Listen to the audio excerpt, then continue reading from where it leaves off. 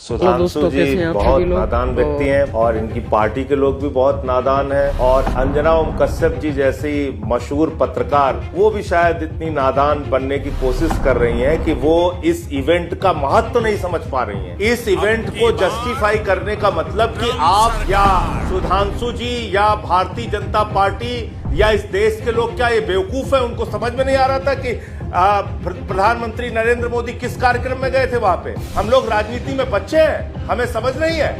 आप इस प्रकार से समझा रहे हैं, नंबर एक।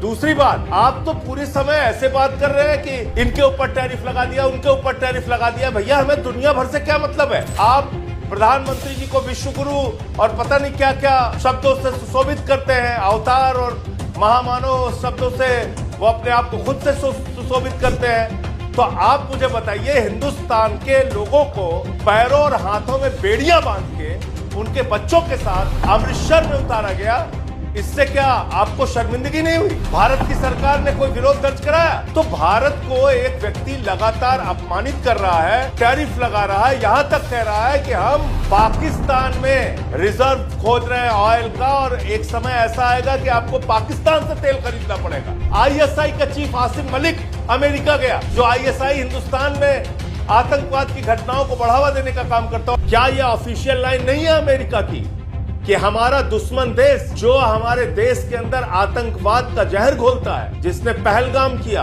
पुलवामा किया, संसद पे हमला किया, अक्षरधाम किया, लाल किले पे हमला किया, उस पाकिस्तान के सेना अध्यक्ष को बुलाकर उससे मुलाकात की बंद कमरे में अमेरिका ने, जो हिंदुस्तान में आतंकवाद के बीज बोता है, जिस पाकिस्तान ने हाफिज सईद से लेके मसूद अजहर से लेके दुनिया के तमाम आतंकवादियों की फैक्ट्री है, और वो कह रहा है कि India and Pakistan both are great nation. ठीक है, और इसमें हमें कुछ भी अजीब नहीं लग रहा। ठीक है, सुधांशु जी इसका जवाब देंगे। टैरिफ हमारे ऊपर लगाता जा रहा है। सुधांशु जी इसका जवाब देंगे, लेकिन अब वो बार बार इस बात को कह रहा है कि ट्रेड डील की धमकी देके, ट्रेड डील की बात कह के हमने सीज फायर कराया। ये अमेरिका के राष्ट्रपति ट्रंप का बयान है, और सीज फायर की डिक्लेरेशन अगर भारत के प्रधानमंत्री ने सबको विश्वास में लेके, पक्ष विपक्ष को, सेना को विश्वास में लेके किया होता तो शायद इतने सवाल नहीं उठते। लेकिन उन्होंने तो अचानक ऐसे समय में आए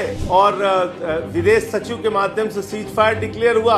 उससे पहले अमेरिका का राष्ट्रपति सीज फायर डिक्लेयर कर रहा है। तो ये तो अपने मन में 1000 सवाल खड़ा करता है कि सुधांशु जी जवाब दीजिए। भारत के बारे में सीज फायर इसके बाद सलमान सोज साहब में आ रही है।